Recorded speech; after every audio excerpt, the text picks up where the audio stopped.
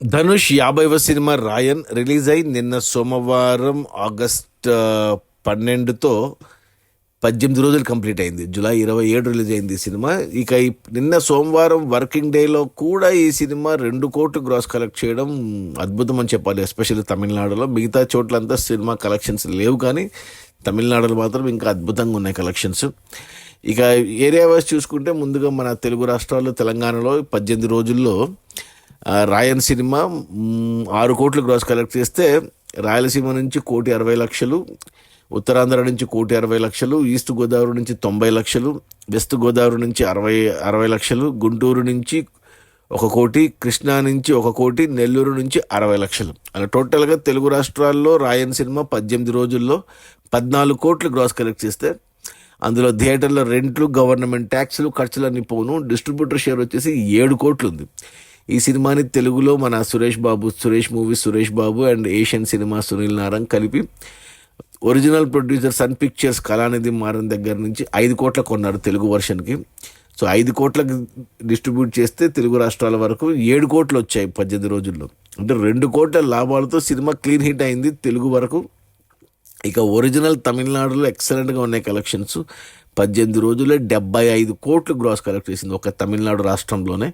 ఇక ఈ తమిళ వర్షన్కి overseas market నుంచి 42 కోట్లు వచ్చాయి. అంటే తమిళనాడు రాష్ట్రం అండ్ ఓవర్సీస్ తమిళ మార్కెట్ నుంచే 100 కోట్ల పైన గ్రాస్ వచ్చింది ఈ సినిమాకు. ఇక తెలుగు నుంచి 14 కోట్లు, కర్ణాటక నుంచి 10 కోట్లు గ్రాస్ వస్తే, కేరళ నుంచి 5.5 కోట్లు, హిందీ నుంచి 3.5 కోట్లు. అలా టోటల్గా ప్రపంచవ్యాప్తంగా రాయన్ సినిమా 18 రోజుల్లో 150 కోట్లు గ్రాస్ కలెక్ట్ చేసింది. 150 కోట్లు కలెక్ట్ చేయడం మన ధనుష్కి ఇదే మొట్టమొదటిసారి. ఇంతకుముందు సార్ సినిమా 132 కోట్లు, 131 కోట్లు గ్రాస్ వచ్చింది ఆ సినిమాకు. అది ధనుష్కి రెండవ 100 కోట్ల సినిమా. అంతకుముందు ఒక తమిళ సినిమా 100 కోట్లు వచ్చాయి. అలా 3 100 కోట్ల సినిమాలు. మొట్టమొదటి 150 కోట్ల సినిమా రాయర్ అయింది. ఇక ఈ 150 కోట్లలో డిస్ట్రిబ్యూటర్ షేర్ వచ్చేసి 71 కోట్లు ఉంది. రాయన్ సినిమా బడ్జెట్ వచ్చి 100 కోట్లు అయితే 45 కోట్లకి డిస్ట్రిబ్యూటర్లు కొన్నారు అన్ని ఏరియాలకు కలిపి. సో 45 కోట్లు వెనక్కి వచ్చి మరో 26 కోట్ల లాభాలతో సినిమా బ్లాక్ బస్టర్ హిట్ అయింది. ఇక ఈరోజు మంగళవారం, రేపు బుధవారం, ఈ 2 రోజులు కలెక్షన్స్ అంటే తమిళనాడులో బాగున్నాయి. గురువారం కొత్త సినిమాలు ఉన్నాయి. తమిళ్లో కూడా తంగలాన్ ఉంది, తెలుగులో చాలా 3 సినిమాలు ఉన్నాయి, హిందీలో 3 సినిమాలు ఉన్నాయి.